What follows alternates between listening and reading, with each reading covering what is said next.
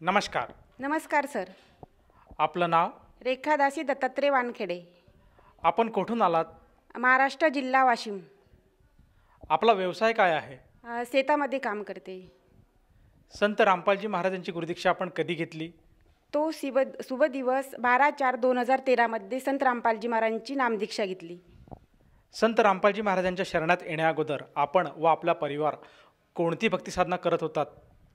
संत रामपालजी महाराजांच्या शरण घ्यायच्या अगोदर जय गुरुदेव पंथमध्ये होतो आम्ही आणि सर्व परिवार जय गुरुदेव पंथमध्ये होतो. जसं तुम्ही सांगत आहात की आपण जय गुरुदेव पंथाची दीक्षा घेतली होती, तर ह्या दीक्षेमध्ये या साधनेमध्ये आपण कुठल्या देवताला इष्ट मानत होतात आणि कुठल्या प्रकारची साधना आपण 13 वर्ष करत होतात? ब्रह्मा विष्णू महेश्वर आणि दुर्गा यांची पूजा करत होतो. जय गुरुदेवची पूजा करता करता जय गुरुदेव म्हणत होते की बाकी देवी देवताची पूजा नाही करण्याची का 5 मंत्र देत होते ते. त्याची साधना करायची. सकाळी 2 तास बसा आणि संध्याकाळी पण 2 तास बसा आणि 5 मंत्र देत होते. यांची साधना करत होते. जसं तुम्ही सांगत आहात की आपण जय गुरुदेव पंथामध्ये साधना करत होतात आणि अगदी 13 वर्षापासून आपण साधनेमध्ये लीन होतात, तर संत रामपालजी महाराजांच्या मार्गाबद्दल आपल्याला कसं कळालं आणि आपण त्यांच्या शरणात का आलात? संत रामपालजी महाराजांच्या शरणामध्ये टी व्हीवर साधना चॅनलचा सो सुकर गुजार साधना चॅनल बघता बघता संत रामपालजी महाराज सांगत होते की जय गुरुदेव ची काळाची पूजा. मला इतका क्रोध आला, असं वाटलं नीच आत्माला की गोटा घाला टी व्हीवर. पण टी व्ही बंद केली. दुसरा दिवस तोच टाईम तोच वेळ आणि तेव्हा आपण सांगत होते संत रामपालजी महाराज की जय गुरुदेव काळाची पूजा. तर मग काळात देव कुठं काळ असते का? आणि सच्चा भगवान आहे तर ते कोण आहे? खरा भगवान कोण आहे? तर मला कळून द्या संत रामपालजी महाराज तुम्ही. जेव्हा तिसऱ्या दिवशी टी व्ही पाहत होते तेव्हा सांगत होते, तर रुची वाटली ऐकायची सत्संग. तर संत रामपालजी महाराजांनी ऐकता ऐकता लाईव्ह सत्संग होता त्या दिवशी साधना चॅनेलवर रात्री 1:30 वाजेपर्यंत. तो पूर्ण पाहिला. शुक्रवार, शनिवार आणि रविवारी 3 दिवस जय गुरुदेवबद्दल चर्चा होती संत रामपालजी महाराजांची. तर 3 दिवस मी पूर्ण पाहिली. तिसऱ्या दिवशी संत रामपालजी महाराजांना सर्व ज्ञान कळून दिले की सच्चा परमात्मा कबीर परमात्मा आहे आणि सच्चा गुरु धर्तीवर संत रामपालजी महाराज आलेले आहेत. तर रुची बनली आणि ऐकता ऐकता अशी रुची बनली की रोज मी सत्संग ऐकायची.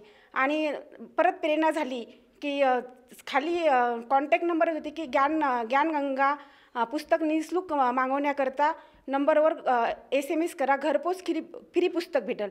तर मी हे केलं, SMS केला, पुस्तक आले संत रामपालजी महाराज यांचे. तर मी पुस्तक पूर्ण वाचलं आणि संत रामपालजी महाराजांनी प्रमाणसहित दाखवून दिले की पूर्ण ब्रह्म कबीर परमात्मा ही साऱ्या सृष्टीचे रचनहार आहेत, पालनहार आहेत.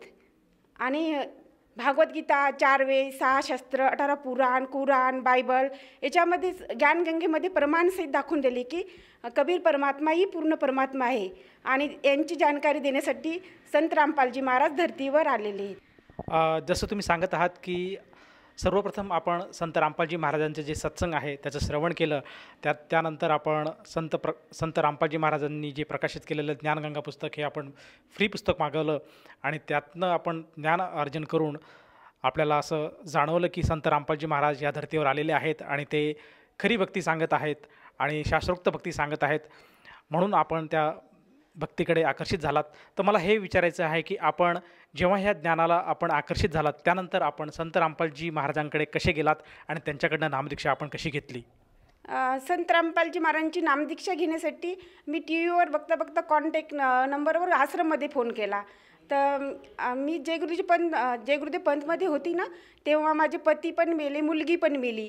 तर मग असं वाटलं, मी संत रामपालजी महाराजांना म्हटलं तर तुम्हीच या इथं आणि मला नामदीक्षा द्या, मी इथं येऊ शकत नाही, तुम्हाला माहीत आहे. संत रामपालजी महाराजांच्या आश्रममध्ये फोन केला ना, आश्रममधून त्या भगतजीने पुण्याच्या भगतजीचा नंबर दिला. त्या भगतजीने आमच्या वाशिम जिल्ह्याच्या जवळपास एक गाव आहे पारडी, त्या भगतजीचा नंबर दिला.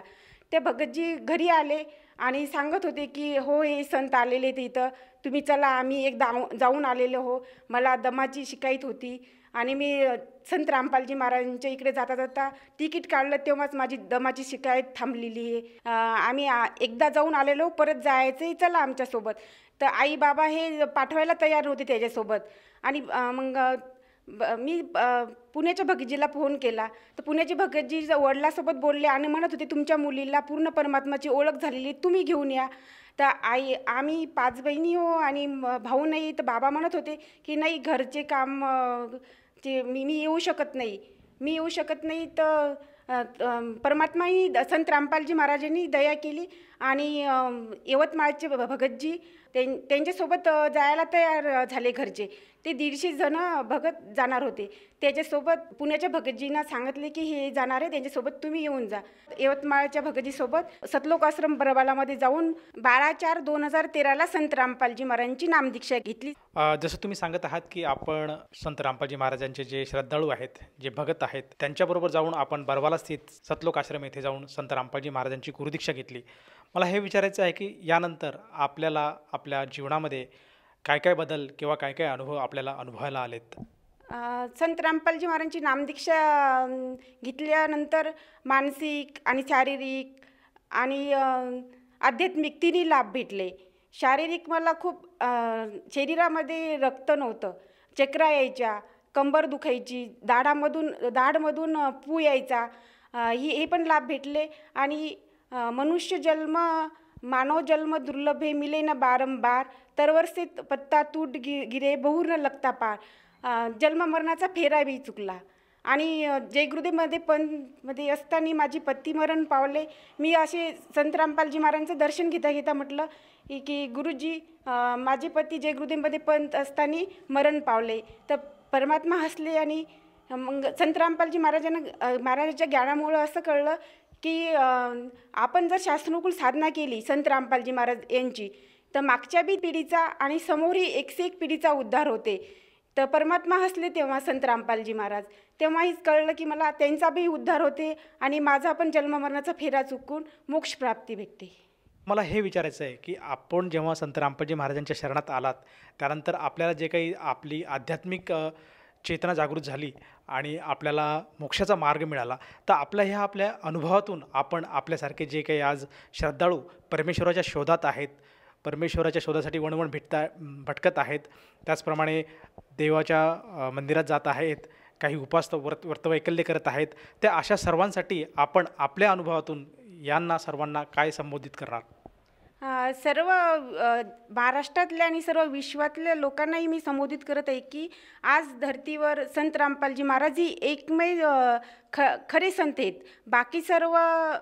बाकी सर्व शास्त्रोकुल साधना देत नाहीत आणि मोक्ष प्राप्तीचा मार्ग नाही आहे त्यांच्याजवळ. साऱ्या विश्वामध्ये 21 ब्रह्मांडामध्ये संत रामपालजी महाराज शिवाय सच्चा आणि खरा संत नाही आहे. ते शास्त्रप्रमाण भागवद्गीता, 4 वेद, 6 शास्त्र, 18 पुराण, कुराण, बायबल हे खोलू सांगत आहे की पूर्ण परमात्माची ओळख करून देत आहेत की पूर्ण ब्रह्म कबीर परमात्मा आहे. आणि तेही 4 युगामध्ये धर्तीवर येऊन गुरुच्या स्वरूपात येऊन साऱ्या विश्वाला ज्ञान देऊन सर्व मानव जातीला शास्त्रोकुल साधना देऊन मोक्ष प्राप्ती करतात. सर्व महाराष्ट्रातल्या लोकांनाही सांगत आहे की ज्ञानेश्वरीने पण कबीर परमात्माची भक्ती केलेली आहे, तेव्हा त्यांचा मोक्ष झालेला आहे. कबीर परमात्माही संत रूपमध्ये धर्तीवर आलेले होते. तेव्हा पूर्ण ज्ञानेश्वरीमध्ये हरे राम हरे कृष्ण शब्द कुठेही नाही आहे. त्याच्यामध्ये का आहे ते ज्ञानगंगा पुस्तक वाचल्यावर तुम्हाला कळालं की ज्ञानेश्वरीमध्ये का आहे सत्यज्ञान. आणि सर्व मानव जातीला हेच सांगत आहे की मी संत रामपालजी महाराजांच्या शास्त्रोकुल साधना करा आणि मोक्ष प्राप्ती करा. आणि ज्ञानगंगा पुस्तक फ्री बोलून तुम्ही एकदा वाचा तर खरी त्याच्यामध्ये आहे काय, आणि ज्ञान समजून संत रामपालजी महाराजांची नामदीक्षा घेऊन मानव जन्म सुफल करा. जसं तुम्ही सांगत आहात की संत रामपालजी महाराज आजच्या घडीला शास्त्रोक्त भक्ती सांगणारे एकमेव संत या पृथ्वीवर आज उपस्थित आहेत. तर मानव समाजाने आपल्या कल्याणासाठी, मोक्षासाठी त्यांच्याकडे एकदा तरी बघावं आणि त्यांचं ज्ञान समजून त्यांच्याकडनं सद्भक्ती स्वीकारावी. तर आपल्या या हाकेला जर कोणी साथ घालू इच्छित असेल तर तो साधक किंवा तो श्रोता संत रामपालजी महाराजांची गुरुदीक्षा कशी घेऊ शकेल? महाराष्ट्राच्या प्रत्येक जिल्ह्यामध्ये नामदान स्थळ आहे.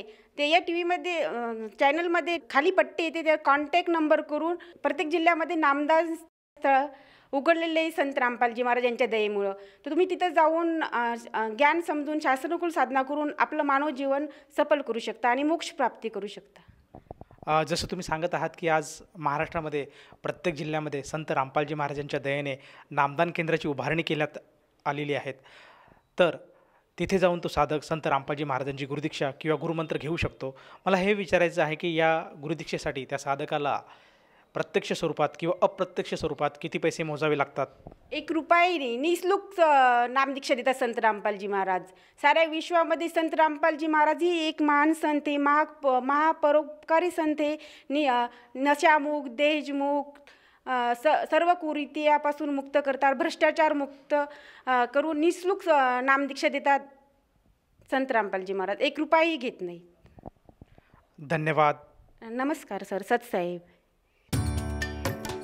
संपूर्ण विश्वामध्ये 500 पेक्षा जास्त नामदीक्षा केंद्र आहेत जिथे निशुल्क नामदीक्षा दिली जाते. निशुल्क नामदीक्षा प्राप्त करण्यासाठी आणि अधिक माहितीसाठी संपर्क करा 7030303951 7030303952. अद्वितीय आध्यात्मिक ज्ञान वाचण्यासाठी, पाहण्यासाठी आणि ऐकण्यासाठी संत रामपालजी महाराज ॲप अवश्य डाउनलोड करा किंवा आमची वेबसाईट www.jagatgururampalji.org वर विजिट करा.